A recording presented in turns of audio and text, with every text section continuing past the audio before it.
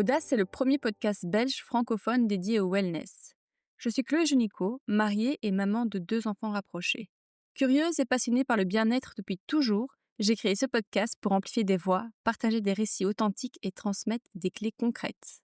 Ici, tu écoutes des conversations sans filtre avec des experts, des entrepreneurs et des invités qui nous aident à être alignés, outillés et bien informés. Pense à t'abonner et à partager l'épisode si tu veux soutenir le podcast. Bonjour Marc. Bonjour Monsieur Chloé. Marc Ducobu. Tout à fait, en Quel personne. honneur de vous avoir sur le podcast. Merci beaucoup. Alors, en toute transparence, je suis un peu stressée. C'est rare, mais Ok. vous êtes impressionnant. Et moi aussi. Non, ici on est comme à la maison, c'est vraiment très très cool. On va parler de façon un peu informelle. Voilà. J'ai envie de retracer votre parcours. Ok. J'ai eu la chance de recevoir Margot, votre fille, une de vos filles, Une de mes filles, ouais. sur le show. Je mettrai l'épisode en description. C'est un échange. Elle est là d'ailleurs. Elle nous regarde. Je dis vraiment tout aux éditeurs. Elle nous regarde dans le studio de production. Et j'ai adoré parler avec Margot. Mais c'est vrai que Super. d'avoir le père Le papa, oui. et l'entrepreneur, Aussi. j'ai hâte de creuser sur votre carrière et sur votre vie aussi un peu de père. Commençons par la question la plus difficile peut-être, c'est de se présenter. Je vous laisse vous présenter dans Ok. vos termes. Dites-nous, Marc, qui êtes-vous ? Marc Ducobu, pâtissier engagé, 54 ans, papa de 3 filles, et marié avec Claire Ducobu. Engagé, Engagé, oui, tout à fait. c'est-à-dire Je vis mon métier à 100% et j'adore ce que je fais. Je suis un grand passionné de la pâtisserie.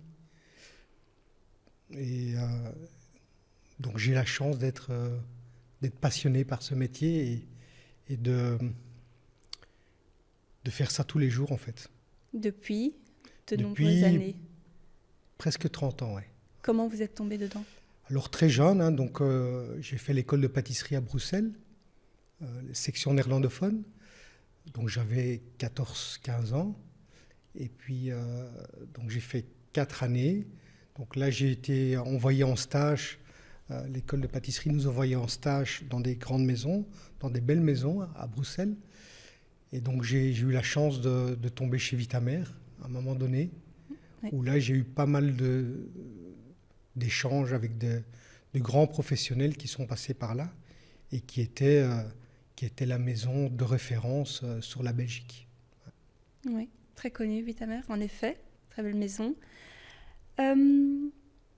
Des parents passionnés de pâtisserie, entrepreneurs eux-mêmes ? Pas du spécialement. Donc mon grand-père était fourrurier Oui. et donc dans les années folles de la fourrure. Et puis mon père a fait pas mal de costumes, tout ce qui était costume, moins la fourrure, plus costume. Et puis il a terminé sa carrière dans une entreprise d'assurance. Donc rien à voir avec le métier. Et ma mère, elle était réceptionniste à l'hôpital Bruckmann à Bruxelles. Vous êtes fils unique ? J'ai 2 frères et une sœur. Qui font partie du voyage Maison du Cobu ? Non, pas spécialement. Mon frère travaille dans la sécurité. J'en ai un autre qui a fait un peu de chocolaterie. Ok. Et puis j'ai une sœur qui a un peu bougé et qui a fait plusieurs métiers, on va dire. Je me permets de demander ça parce qu'aujourd'hui, vous travaillez en famille et Margot, notamment, aussi se développe dans, on va dire, le business. Elle n'est pas chocolatière, elle n'est pas pâtissière, mais elle a quand même un café qui est pour moi plus qu'un café, qu'un concept, ok. j'ai envie de dire. On l'explore plus dans l'épisode précédent avec Margot. Reprenons votre parcours. Vous faites vos armes donc chez Vitameur. Ensuite, qu'est-ce qui se passe ? Je pense que vous voyagez un petit peu, notamment en Égypte. Tout à fait, oui. Donc je suis passé aussi chez Monsieur de Bailleul, qui était très connu à l'époque, qui était meilleur ouvrier de France. Je suis passé chez Monsieur Mailleux, qui était Place du Mont, qui était une grande pâtisserie aussi. Et puis après, j'ai fait mon service militaire aussi entre-temps, donc c'est une parenthèse, mais voilà, importante pour un jeune homme. Et puis je suis parti au Caire, travailler pour la chaîne d'hôtels qui s'appelait à l'époque Hilton, qui était très connue. Et donc en fait, j'avais un ami qui connaissait un ami qui était chef de cuisine et qui s'appelait Bernard Fantoli, qui était chef de cuisine dans cet hôtel. Et c'était une très grosse brigade, puisqu'ils étaient 130 cuisiniers. Wow. Et on était 20 en boulangerie-pâtisserie. Wow. Et donc, on m'avait appelé pour me mettre en place là-bas. Ils voulaient en fait ouvrir une boutique dans l'hôtel. Et donc, on m'a appelé pour ça.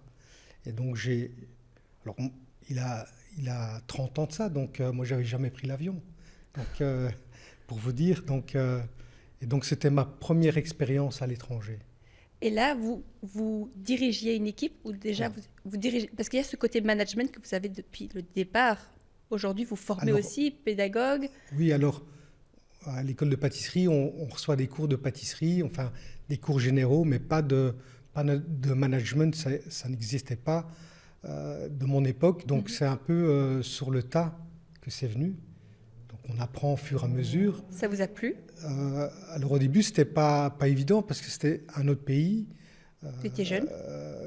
Très jeune, hein, 21, donc c'est jeune. Une autre religion. Donc ça, c'était quand même une expérience pour moi, pas l'habitude. Donc j'ai dû se remettre en question, voir comment ça fonctionnait. Après, l'Égyptien est très, très gentil comme peuple, donc très tolérant aussi. Donc, parce qu'on arrive 21 ans, un peu comme un coq, quoi. Enfin, je veux dire, donc j'ai beaucoup appris humainement, professionnellement un peu moins, puisque on n'avait pas les mêmes matières premières qu'en Belgique, on n'avait pas le même matériel, les gens n'étaient pas formés du tout. Donc c'était un peu à l'égyptienne, quoi. Mmh. Vous rentrez de ce voyage en Égypte, qu'est-ce qui se passe pour vous à ce moment-là? Alors je suis resté 1 an en Égypte. D'accord. Seul ou votre épouse était déjà là? Alors mon épouse était déjà là, oui. Ok, donc Claire elle est m'a là accompagné. depuis le début, en fait. Oui, on se connaît depuis passé 30 ans maintenant. Et donc je suis revenu et j'ai travaillé au Conrad à l'époque, avec monsieur Hervé Raffanel, qui était chef de cuisine.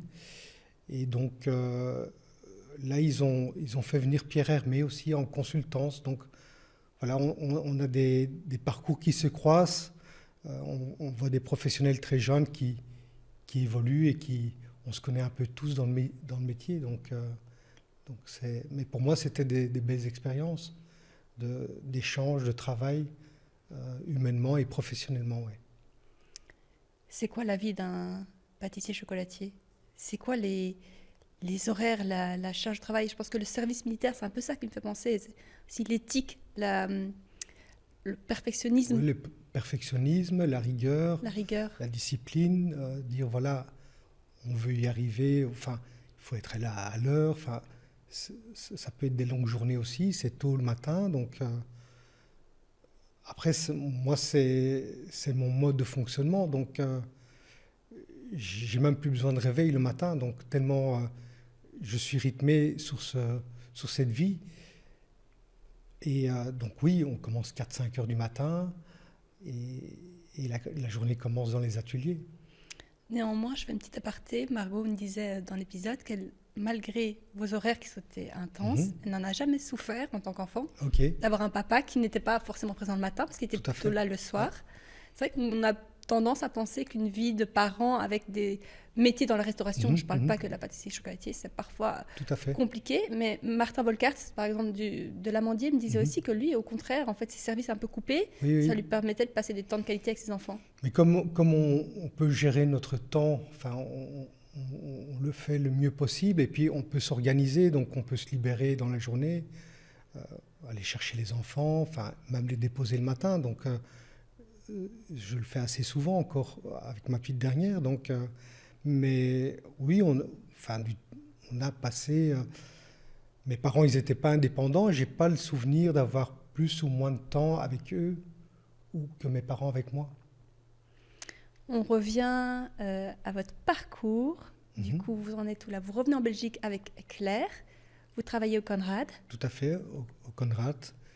À quel moment vous vous dites pourquoi pas ouvrir ma maison? Alors, j'avais 25, 26 ans. Entre-temps, j'avais encore bougé. J'ai travaillé au Saint-Olay, j'ai travaillé au Vatel, Place Jourdan aussi. Beaucoup d'expérience. Comme chef pâtissier. Et puis, on cherchait à s'installer. On voulait d'abord une maison. Donc, on a acheté une maison au Chenois, à Waterloo. Et donc de là, je travaillais chez Monsieur Mailleux. Donc j'ai fait mes 4 dernières années chez lui comme responsable en chocolaterie. Et j'arrivais à 30, 31, 32 ans et je me dis, qu'est-ce que je fais? Ça, c'est quand même une question qui est restée longtemps. Et je me dis, qu'est-ce que je fais? Je m'installe, je ne m'installe pas? Parce que c'est jamais le bon moment de s'installer. Quand on entend les gens, l'économie, ça ne va jamais bien. Donc j'ai eu un frein. J'avais peur, en fait. Vous n'avez pas le goût du risque de dire on saute tête brûlée? Le goût du risque, oui, mais quand même calculé. Calculé. Donc, pas faire n'importe quoi, n'importe comment. Donc, ça a été quand même, pour moi, un grand pas. Et donc, Claire m'a aidé là-dessus aussi, parce qu'à un moment donné, elle voyait que je tournais en rond et dit, qu'est-ce qu'on fait? On se lance pas. Et puis, moi, je voulais absolument Bruxelles, puisque c'était la capitale. Et je voulais une maison, je ne vais pas dire équivaut à Vitamer, mais une grande, belle maison. Et donc, ça ne s'est pas fait. Je me suis retrouvé à Waterloo et Claire m'a dit, pourquoi pas à Waterloo? Et c'est vrai qu'il n'avait pas grand-chose à Waterloo. C'est quand même des gens qui voyagent, qui vont au restaurant, qui aiment bien goûter, qui sont curieux. Enfin, donc, on s'est dit, voilà, pourquoi pas à Waterloo? Et on est ouvert à Waterloo. Le bâtiment dans lequel vous êtes toujours aujourd'hui? Alors, on a commencé dans une toute petite boutique qui est derrière l'église de Waterloo, Oui. Rue François Libert. Oui. Et on a fait ça pendant 5-6 ans. Et puis, on a su acheter le bâtiment là où on est maintenant, rue de la Station 16. Quel était le rôle de Claire là-dedans? Elle était aussi Oui. pâtissière? Elle met les mains à la pâte? Elle n'est pas du tout pâtissière. Plutôt Donc, l'administration? Claire a fait des études pas de communication, mais à l'époque, on disait... Relations publiques ou presse? Non. Pas presse, c'était du marketing. Oui. Et donc, elle vient d'un autre univers. Et ben bon, après, elle a fait les comptes, les matières premières, les emballages, le logo. Enfin, il y a tout un travail en parallèle qu'on ne s'imagine pas. Et donc, Claire, ça a été ma balance dans mon métier et dans ma vie. Donc, c'est possible de Tout à travailler fait. ensemble et de vivre Tout à fait. ensemble, et de s'épanouir ensemble. Après, les ateliers sont assez grands, donc il y a des jours où on se voit très peu ou quasiment pas. Donc, c'est pas comme si on serait l'un sur l'autre dans un bureau ou dans un magasin qui fait 30 mètres carrés, quoi. Ramenez-nous au début. Donc, vous ouvrez, vous devez vous faire connaître petit à petit. Donc, c'est quoi? Par quartier? Donc, on a ouvert en 2003. Donc, toute petite boutique. On était à 2, puis à 3, puis à 4. Donc, on a évolué comme ça et de bouche à oreille, ça a été très vite. On a fonctionné assez rapidement, assez vite. On a bien démarré. On a commencé au mois de novembre, le jour de mon anniversaire, donc c'était marrant aussi. Et on a commencé directement avec une fête de Saint-Nicolas. Donc, oui. On était attendus aussi à Waterloo. Oui. On se disait, tiens, un pâtissier. Et puis, il n'avait pas beaucoup de boulangers-pâtissiers à cette époque-là, même encore maintenant. Mais où il avait des dépôts, ça, il avait donc des enseignes avec plusieurs magasins, mais pas vraiment un pâtissier qui avait ses ateliers et qui produit sur place et qui vend sur place. Ce qui est toujours le cas aujourd'hui. Ce qui est toujours le cas aujourd'hui, oui. Et c'était une de mes questions d'ailleurs, vous avez peu ou pas de revendeurs. Je pense à Rob. Moi, je vivais sur Woluwe, donc j'allais souvent chez Rob. Oui, on travaille avec Rob, on travaille avec la grande épicerie et on travaille fort aussi avec l'hôtel Amigo à Bruxelles, qui est devenu un chouette partenaire pour nous. Oui, j'ai vu dernièrement d'ailleurs qu'il y avait un regroupement de chocolatiers. Pâtissiers, oui. Pâtissiers, pardon. Oui, chocolatiers. Excusez-moi. Pourquoi ce choix très précis de revendeur et pourquoi seulement chez vous une seule maison mère et pas faire plusieurs boutiques? Alors aujourd'hui, je me considère comme un cuisinier qui a un restaurant avec une étoile. Donc, je ne pourrais pas mettre 2 ou 3 ou 4 du cobu à Bruxelles. C'est pas dans mon ADN. Et puis je pense que c'est un autre métier. Et moi, je reste sur mon premier métier qui est la pâtisserie, la chocolaterie. Et en fait, c'est peut-être aussi le côté perfectionniste que j'aime bien et que j'exerce tous les jours pour avoir l'excellence dans une boutique. Et en fait, je pense qu'aujourd'hui, les gens veulent aussi une exclusivité d'un produit et pas un produit qu'on peut retrouver un peu partout. Margot nous disait aussi une recommandation qu'elle tient de vous, je pense, c'était être un peu sur place, être un peu dans l'opérationnel. Je pense, oui, je pense que c'est important. Vous, aujourd'hui, vous avez donc une équipe à gérer, vous êtes toujours dans la recherche, développement du produit en tant que tel, vous êtes dans l'opérationnel aussi au quotidien. Alors, je peux être dans l'atelier, comme je peux être au bureau, comme je peux être à la recherche et développement. Donc, en fait, aujourd'hui, j'ai le plaisir et la chance de pouvoir circuler où je veux dans les ateliers et dans les bureaux, et même pour être ici avec vous en train de faire un podcast. Donc, j'ai cette chance-là, et je me fais plaisir quand c'est Saint-Nicolas de me retrouver en chocolaterie, quand c'est la galette des rois de me retrouver autour, quand c'est les cuissons, quand c'est la fournée, comme on dit chez nous, j'aime bien être le matin, voir tous les produits passés, trop cuits, pas assez cuits, trop poussés. Donc voilà, c'est comme un chef de cuisine qui voit ses plats passer sur le passe. Donc aujourd'hui, mon rôle, c'est ça. Et puis, développer l'entreprise et aussi me faire plaisir avec des créations, des nouveautés. On peut donner des thèmes, Noël, Nouvel An, Pâques, etc., etc. Faire évoluer la maison et se faire plaisir. Oui, pour nous, chez nous... Ce qui n'est pas toujours évident. Tout à fait. Et du cobu, il n'y a même pas besoin de tel, c'est tous les week-ends chez nous. Voilà. C'est excellent et je trouve que, vous me direz, mais les modes changent. On est sur un petit peu moins de sucre, en tout cas j'ai l'impression que c'est moins gavage de sucre. On désucre déjà pas mal de choses chez nous. Quelles sont les tendances maintenant, actuellement, dans le... je vais dire chez du cobu, mais bon, j'imagine que c'est global dans les bonnes pâtisseries chocolateries. Oui, la pâtisserie évolue comme tous les métiers. Et bon, maintenant, après, on est aussi sur les réseaux. On voit pas mal de choses passer sur les réseaux. Donc, on a par exemple Cédric Grolet avec ses trompe-l'œil qui est super pour Paris et qui fonctionne très bien. Donc on a ça. Maintenant, après, chaque pâtissier a son identité, son histoire, son point de vue, sa philosophie. Donc nous, aujourd'hui, on aime bien travailler les classiques, très bien exécutés. Donc un millefeuille, un cornet à la crème, un flan, des choses simples, qui puissent paraître simples, mais qui sont pas aussi simples que ça, mais qui doivent être bien exécutées pour que ce soit justement sublimé. Après, on ose faire d'autres choses. Hein. On a violet de cassis, on a cuperdon, enfin voilà, on a des parfums, on a de la fève de tonka, on mélange des vanilles. Donc on surfe sur plein d'autres tendances, mais les bases sont quand même là.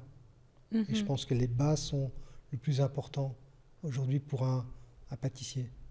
Avoir un bon feuilletage, une bonne pâte à choux, une belle viennoiserie. Ça me donne faim. Des belles madeleines, des beaux l'eau à la cakes. bouche. Voilà, c'est tout ce qu'on connaît. Comment vous trouvez votre inspiration? Vous avez parlé des réseaux. Est-ce qu'il y a d'autres choses qui vous inspirent? Peut-être même l'art ou les voyages? Tout m'inspire. Oui. Donc ça peut être dans un musée, ça peut être en forêt, ça peut être aller voir un spectacle, aller voir de la vaisselle, aller voir de la poterie. Tout m'inspire en fait. Donc je fais des photos de tout. Et Claire, elle me dit, mais pourquoi tu fais des photos d'un lampadaire? Je dis, ouais, mais j'aime bien la forme, le mariage, ça peut être la couleur, ça peut être... Donc tout, je m'inspire de tout en fait. Tout ce qui est autour de moi. Vous créez des associations gustatives. Oui. En voyant les choses, vous vous dites, je sens que... En goûtant des choses. Beaucoup, vous goûtez voilà, parce continuellement. Il a le gustatif et puis l'artistique. Oui. Donc Donc les deux vont ensemble. Donc le goût, ben oui, on peut goûter chez un confrère quelque chose de super sympa et puis de le refaire et puis de le modifier un peu à sa sauce, pour pas le copier évidemment non plus, mais pour avoir son identité et dire tiens, je ferais bien ça avec ça. Quelle est l'entente aujourd'hui entre les grands pâtissiers? Mailleux, moi j'allais enfant là, c'est marrant, j'ai grandi à Stockel. Mailleux, oui. Oui, ta mère, aujourd'hui Oui. vous projetez quand vous étiez là-bas d'une belle chocolaterie, une belle pâtisserie comme ça. Aujourd'hui vous y êtes, si pas plus. Ok, oui. En Non, tout mais cas, dans mes après, yeux. très content de mon parcours, de ce que j'ai voulu faire tout ça. Donc, j'ai accompli tout ça. Donc, très satisfait de ma carrière professionnelle et même de ma vie d'homme, quoi. Tout mené de front. Et l'entente entre tous les chocolatiers est bonne, Oui, après, cordiale. je pense que les gens s'entendent plus facilement maintenant qu'avant, où c'était plus caché, il n'y avait pas de réseau, les recettes, c'était plus compliqué de les avoir. Enfin voilà, les tours de main, on ne les voyait pas toujours, donc c'était un peu plus caché. Que maintenant, tout est ouvert, quoi. Votre rôle de pédagogue, de professeur, de mentor même, j'ai entendu un podcast où justement une jeune femme était venue dans vos ateliers, se former. Elle avait très apprécié et la formation et l'homme que vous êtes. Elle en parlait très favorablement. C'est important pour vous de former la jeunesse?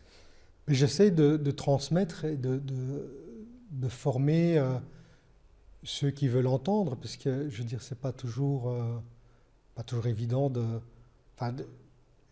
j'essaie toujours d'expliquer les choses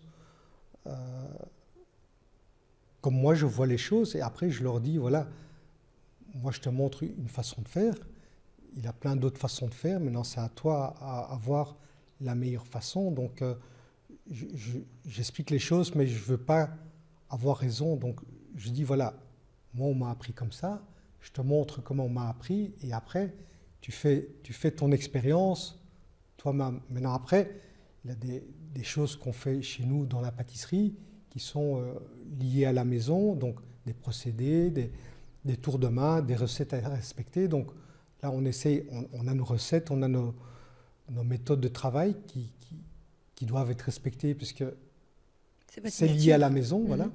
Et après, on a des jeunes qui me disent, voilà, moi j'ai travaillé dans une telle maison, on faisait comme ça, comme ça. Et donc je suis à l'écoute et je dis, si on peut gagner en goût ou en rapidité ou en propreté ou n'importe quoi, pourquoi pas? On peut changer la recette. Je ne dis pas j'ai raison, ou je dis c'est comme ça. Donc après, si ça tourne mal, on reprend mon système, quoi. Donc ouverte en tout cas, ouvert à la collaboration. Et aujourd'hui, on a beaucoup de jeunes qui sont plus ouverts et qui sont plus dans la discussion qu'avant, je trouve. Le rapport au métier a changé, vous le voyez chez les jeunes. Je pense notamment à toutes ces émissions, Le meilleur pâtissier, etc., Top Chef. Le métier donne envie maintenant. Oui. Donc, quand moi j'ai commencé le métier, on disait qu'on était pâtissier. C'était un peu... il fait des éclairs et des merveilleux. Donc, ce n'est pas du tout le cas. Déjà, il a 30 ans. Et certainement plus maintenant. Parce qu'aujourd'hui, le pâtissier, il a accès à plein d'informations. Alors, c'est vrai, les émissions nous ont aidés puisque ça fait parler de la pâtisserie. Donc, pour nous, c'est important qu'on parle de la pâtisserie. Comme les cuisiniers, ils ont eu à l'époque, et ils sont sortis plus vite de leur cuisine que nous, mais nous, on a quelques années de retard. Mais aujourd'hui, on rattrape le monde de la cuisine parce qu'on parle énormément de la pâtisserie. De grands chefs parisiens ou dans le monde entier, on parle de la pâtisserie. On peut aller partout, ouvrir n'importe quelle revue, il y a de la pâtisserie dedans. Donc ça a fait du bien à notre métier. Autre chose qui fait parler votre métier, c'est Gotemio. Vous avez été élu Gotemio 2025. Tout à fait, oui. Vous pouvez nous raconter l'expérience, peut-être même l'expérience en boutique, en atelier, parce qu'ils viennent incognito, c'est ça? Alors, ils viennent incognito, donc ils font leur tour. Vous étiez là? Non, je n'étais pas spécialement là. Et puis, ils ne se présentent pas non plus. Donc, oui, non, c'est ça. Donc, je pense qu'ils viennent chercher des produits chocolat, des ballotins, et puis ils payent et puis ils partent. Donc, on ne sait pas dire c'est un client normal ou... Donc, voilà. Et puis, après, ils m'ont contacté pour faire une vidéo de l'entreprise. Donc, du coup, là, on se dit, ouais, s'il nous envoie ça, c'est qu'il a peut-être une possibilité. Ouais. Donc, et après, bon, on est invité à venir tel jour chercher notre prix. Donc, c'est toujours chouette, gai d'avoir un prix pour les équipes, pour l'équipe de vente, pour les pâtissiers, les chocolatiers, pour la famille, pour nos clients. Donc, c'est toujours Une reconnaissance. une reconnaissance pour le travail qu'on fait de tous les jours. Et ce n'était pas un goal à atteindre. Je pense à beaucoup de chefs, restaurateurs qui cherchent l'étoile, par exemple, qui sont vraiment dans cette... Même ils créent les recettes en fonction pour atteindre ce... Tout à fait. Vous n'étiez pas là-dedans. Ce n'était pas une recherche pour vous, Non, ce prix à tout prix. c'est pas spécialement... On ne court pas derrière ça. On court de se faire plaisir à nos clients, l'excellence, bien exécutée. Enfin, voilà, c'est ça, notre quotidien. Après, ils sont venus et c'est super. C'est super pour nous, c'est super pour les artisans qui l'ont, parce qu'on en a besoin aussi de faire parler du métier et de faire circuler ce goemio. On parlait de transmission, de pédagogie. J'avais Oui. envie de vous demander si vos enfants, c'était quelque chose que vous espériez secrètement, ou vous poussiez à la reprise de votre belle maison, ou à simplement s'ils viennent travailler avec vous. Alors, donc j'ai 3 demoiselles, 3 filles, donc c'est pas évident aussi pour des jeunes filles de faire le métier, même si aujourd'hui on en voit de plus en plus. Transmettre, oui, le beau, le bon, la pâtisserie. L'excellence. Je leur transmets un métier qui est mon métier, mais non, jamais poussé aucune de mes filles à dire, voilà, j'aurais eu 3 filles, ça aurait peut-être été différent. Ah oui, vous pensez? Je pense, oui, je pense que j'aurais été peut-être un peu plus... pas sûr, hein, mais je pense que j'aurais peut-être plus poussé qu'ici, j'ai juste laissé faire et leur transmettre mon métier pour qu'eux puissent après choisir leur métier. Oui, je pense que ce sont les belles valeurs, on les retrouve. Margot, elle fait quelque chose de différent, mais qui est aussi proche, avec des valeurs que j'entends similaires, d'excellence, d'opérationnel, de commencer petit mais bien. Tout à fait. D'abord gérer parfaitement avant d'aller trop vite. Qu'est-ce que vous avez ressenti en tant que père quand Margot vous a exposé son projet? Alors, au début, Désordre café à Waterloo. Oui, alors au début je ne comprenais pas trop parce que je veux dire, pour moi un coffee shop c'est comment dire? C'est un grab and go, quoi. Oui, c'est... Moi, je pensais à un salon de thé, mais c'était pas du tout un salon de thé. Donc, et coffee shop, pour moi, je voyais pas trop. Après, maintenant, je m'y intéresse puisque j'en vois souvent. Puis maintenant, je m'arrête, je veux visiter, je veux goûter pour m'imbiber de ces nouvelles tendances, des nouvelles tendances de restauration. Carrément. Donc après, je dis oui, bon. Pas démolir, mais quand même dire attention à ça et ça et ça. Donc c'est pas évident puisque on sait. Vous êtes du métier, oui, vous connaissez un peu connaît le métier. les difficultés. Même si c'est pas le même métier, c'est quand même aussi gérer des gens, gérer des clients, la matière première, faire en sorte que tout sorte bien. Enfin, on est à Waterloo aussi, donc on connaît la maison, donc tout ça, ça a été beaucoup de questions et de remise en question aussi, de ma part, de mon épouse aussi. Enfin voilà, de dire en tant que parent ou en tant que professionnel? Les deux, hein, on se pose. Allez, en tant que parent et professionnel. Donc après, ça s'est fait après très naturellement et ça s'est super bien fait. Mais c'est vrai qu'au début, on est toujours un peu réticent, quoi. Et la voir sur les réseaux. Parce que ce que Margot fait je trouve personnellement extrêmement bien, c'est notamment la gestion de ces réseaux, des backstage qu'elle filme, qui c'est aussi beaucoup de travail, mais c'est un autre travail. On revient un petit peu au métier de votre épouse dans le marketing. Oui, tout à fait. Mais... Après, ce sont des nouveaux métiers, réseau. Et donc, moi, ce qui m'interpelle, c'est que quand on met, par exemple, une pâtisserie sur nos réseaux, on a des gens qui viennent avec leur iPhone et disent, voilà, c'est où? Ça se trouve où? Donc, ça veut dire que c'est hyper... on ne mesure pas l'impact que ça peut faire. Et la preuve est avec Margot qui, quand elle filmait ses travaux et tout ça, moi, je me dis, ouais, c'est ridicule, quoi. Je veux dire, les gens... Et en fait, non. Donc, et c'est là que ça nous interpelle. Et donc, oui, elle est suivie. Enfin, il y a des gens qui viennent de très loin pour boire un café chez Désordre. Donc, moi, ça m'interpelle quand même. Je veux dire, c'est fou, quoi. Oui. Pourtant, vous avez un compte aussi avec quelques... Oui, mais c'est grâce à elle aussi. 120 000 followers. C'est aussi grâce à mes enfants. Donc, Margot qui a commencé, qui m'a dit, oui, papa, il faut que tu fasses, il faut que tu montres, il faut que... Donc oui, ça fait partie aujourd'hui de notre métier aussi.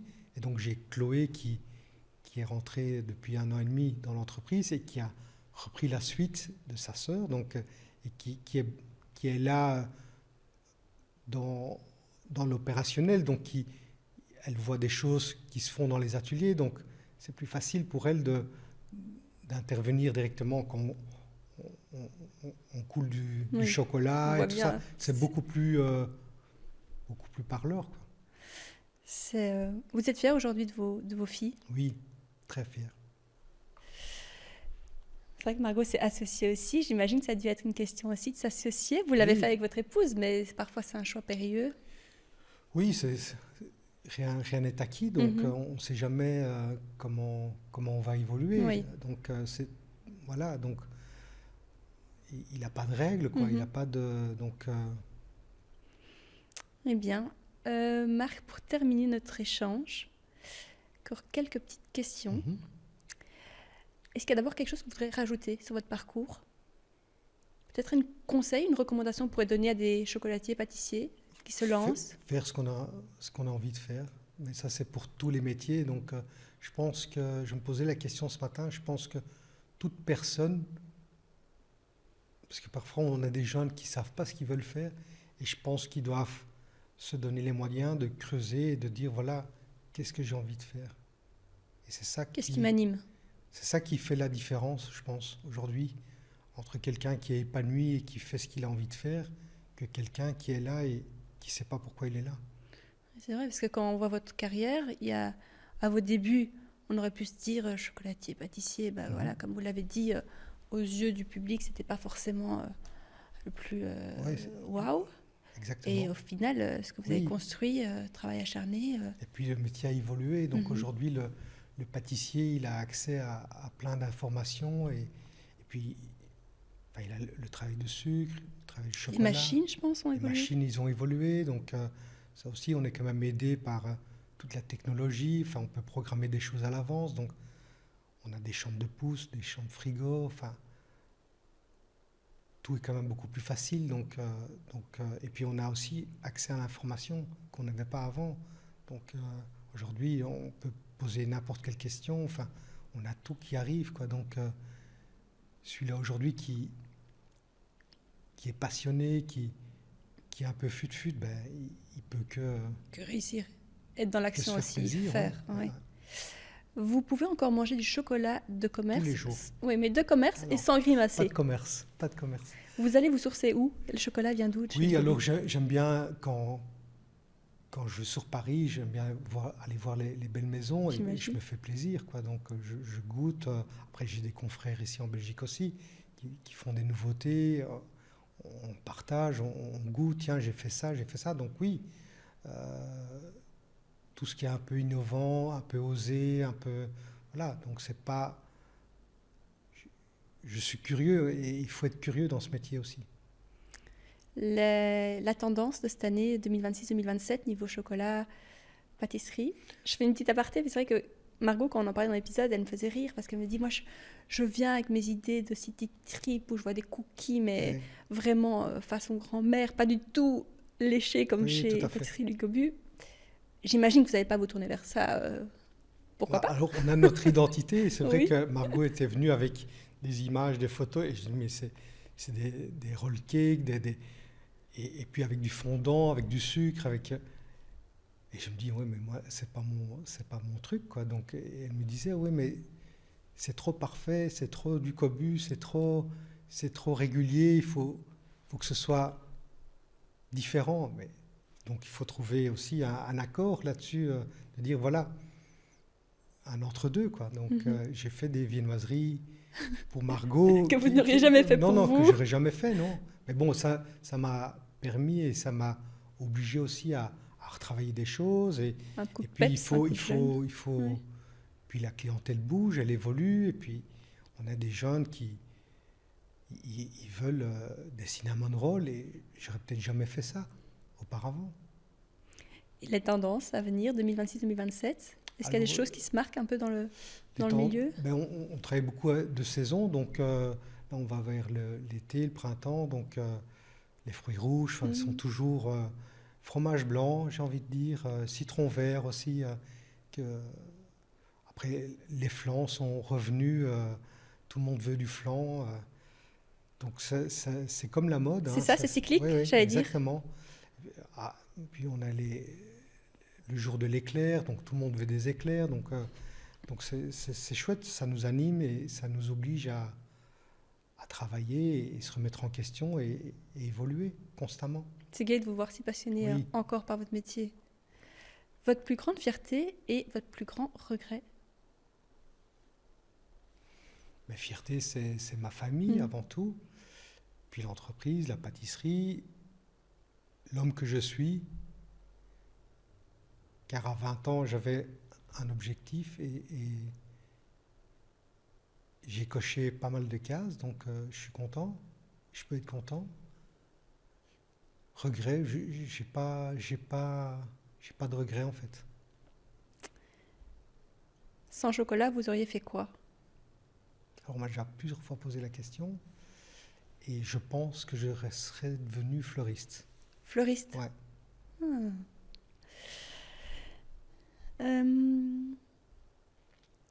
Peut-être dernière question. Dans 10 ans, du Cobu, c'est quoi? C'est très compliqué à répondre à cette question. Surtout à votre stade de votre vie. Oui, tout à fait. On n'a pas de... On ne sait pas encore, en fait. Non. Donc, je ne peux pas vous dire dans 5 ans, dans 10 ans... après, je vais sur mes 55 ans, donc... Encore de belles années. Oui, j'ai encore des belles années, donc... après, je devrais me poser la question à un moment donné, ça c'est sûr et certain, de qu'est-ce qu'on fait, comment, avec qui, quoi, transmettre, pas transmettre, arrêter, donner... Enfin, donc, c'est des questions qui doivent encore arriver et qui arrivent tout doucement. Oui. Merci beaucoup, Marc du Cobu. Merci, Chloé. Merci pour cet échange. Merci. Merci d'avoir écouté cet épisode d'Audace. Si la conversation t'a plu, pense à t'abonner, à laisser 5 étoiles ou un commentaire et à partager autour de toi pour faire grandir le podcast.